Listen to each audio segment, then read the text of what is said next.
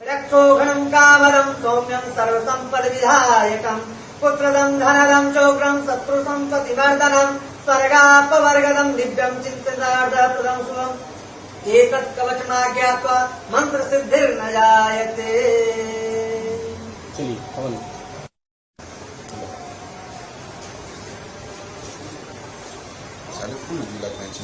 हनुमते नमः स्वाहा।